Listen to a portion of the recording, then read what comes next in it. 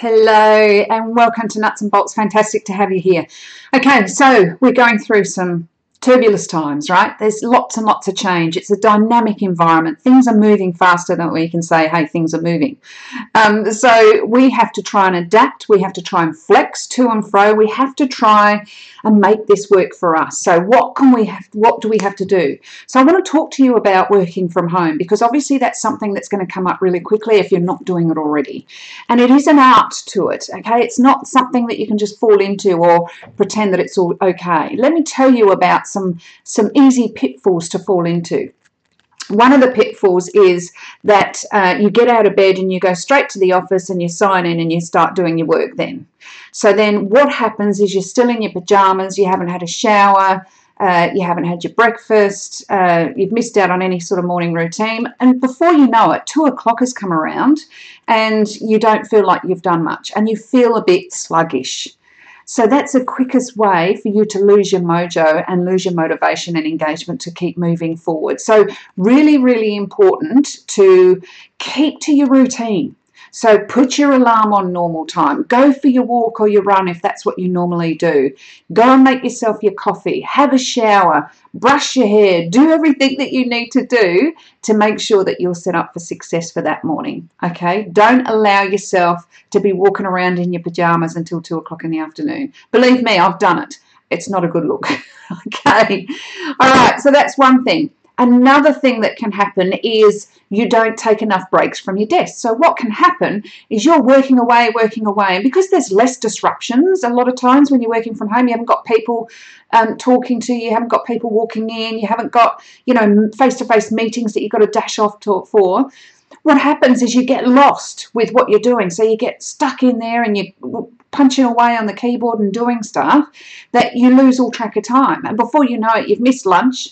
You haven't drunk enough water, you haven't taken any breaks away from the computer, and you're feeling really exhausted and your eyes are probably sore and you've probably got a headache. So really, really important to make sure you keep taking those breaks and take them away from your computer. So walk outside with your coffee and admire your garden, or take a walk around the block, or do whatever you need to take those breaks. And if you find that you're missing them, then put an alarm on your phone to remind you every hour. Get up, walk around, have a coffee, have a big glass of water, do whatever you need to do to make sure that happens. So that's another pitfall that we can fall into. Another one is that we can feel disconnected. So after a while we can feel really remote and disconnected, and if we don't engage with others or connect with others, we start to feel a little alone. And that's a common feeling. If you're quite the extrovert, then this is going to be a real barrier for you. So what can we do to stop that?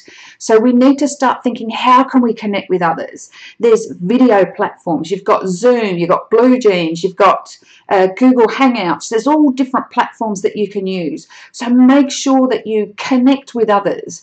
Maybe you can set up some Skype conference calling or whatever it may be, but make sure you put that in place. And it'd be great to have it at a set time. So say 9 a.m. instead of having your weekly meeting, you're going to have a daily team meeting.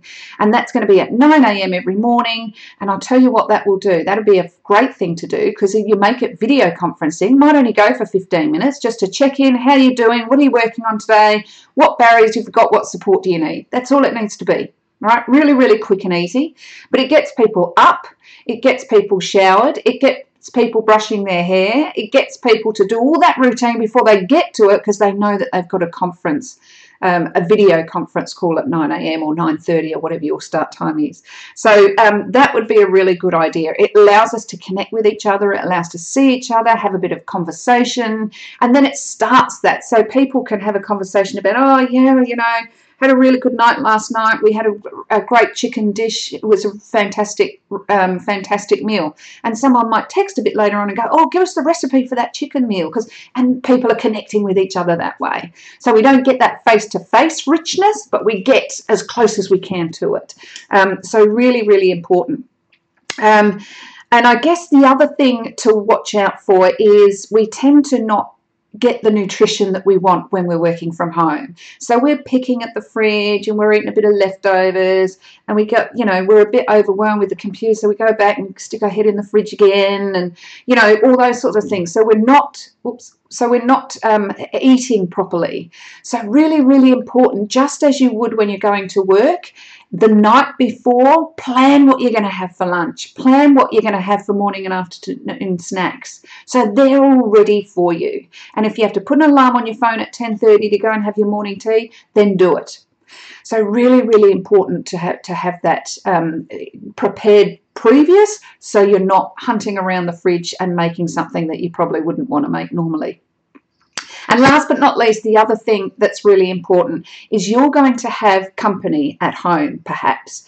Perhaps it's going to be roommates, siblings, kids, spouses, neighbours, whatever it may be. You're going to have people at home that are not usually around. So it's really, really important to sit those people down and go, okay, our world has changed a little bit now. I keep bumping my microphone, so sorry if I keep hurting your ears. I'm getting a bit agitated and animated. So what you want to do is sit those people down and say, our world is changing. It looks a lot different to what it did before. I'm going to be working from home.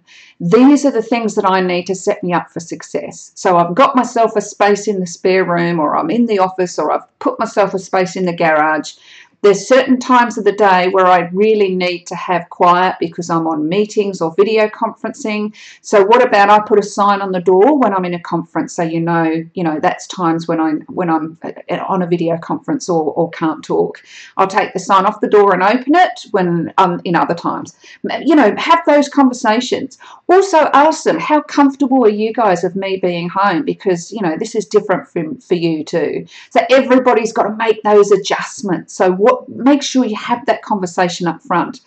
Also, let your 17-year-old son know that it's not okay to start mowing the lawn at 9 o'clock when you've got that video conference. As much as you want him to mow the lawn, probably something that you want to sort of have it a bit later or a bit earlier. So those conversations are really important to have, because the last thing you want to do is be running out and telling everybody off and telling them to shut up and be quiet, and because that's just not going to create the ambience that you want while you're working from home. So have those conversations with your family, have those conversations with the people that are going to be home, and make sure that you work out some sort of how it's going to work.